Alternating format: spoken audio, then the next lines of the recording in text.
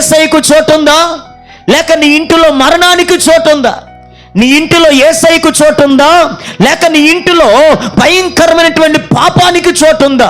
నీ ఇంటిలో యేసయ్యకు చోటుందా, లేక నీ ఇంటిలో భయంకరమైనటువంటి లోక చెడు అలవాట్లకు చోటుందా? ఈ పూట నేనంటేంటో తెలుసా, యేసయ్యకు చోటివి.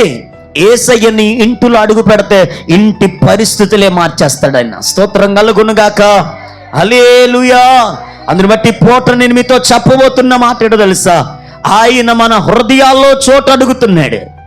అందుకని ప్రభు ఎంతగానో వేదన చెందుతూ అంటున్నాడు, ఇదిగో నక్కలకు బొరియలకు ఆకాశ పక్షులకు గూళ్ళు కలవు గాని మనుష్య కుమారుడు తలదాచుకోవటానికి కొంచెం స్థలమైనను లేదు అని దేవుడు ఆవేదన వ్యక్తపరుస్తున్నాడు.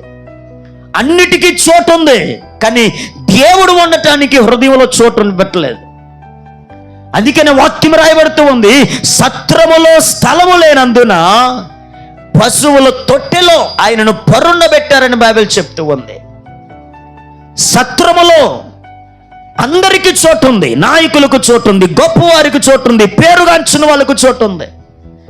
కానీ సర్వ మానవాళి కొరకు ఈ లోకానికి మానవుడిగా అవతరించినటువంటి యేసయ్యకు చోటు లేదు సత్రములో. గొప్పవారికి చోటు ఉంది.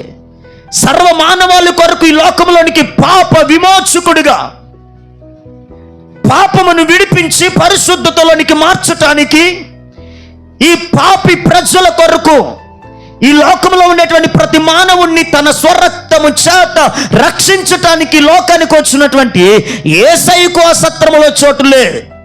ఈరోజు చాలా దినాల్లో, చాలా పరిస్థితుల్లో, చాలా చోట్ల అన్నిటికీ హృదయాల్లో చోటిస్తున్నాడు. మనిషికి చోటిస్తున్నాడు, కొన్ని అలవాట్లకు చోటిస్తున్నాడు, మానవులకు చోటిస్తున్నాడు, అహంకారానికి చోటిస్తున్నాడు, గొప్పకు చోటించుకుంటున్నాడు, గర్వానికి చోటిస్తున్నాడు. అన్నిటికీ మానవుడి జీవితాల్లో చోటు ఉంది, కానీ జీవము కలిగిన దేవునికి చోటు మాత్రం మానవుడు ఇవ్వలేకపోతున్నాడు.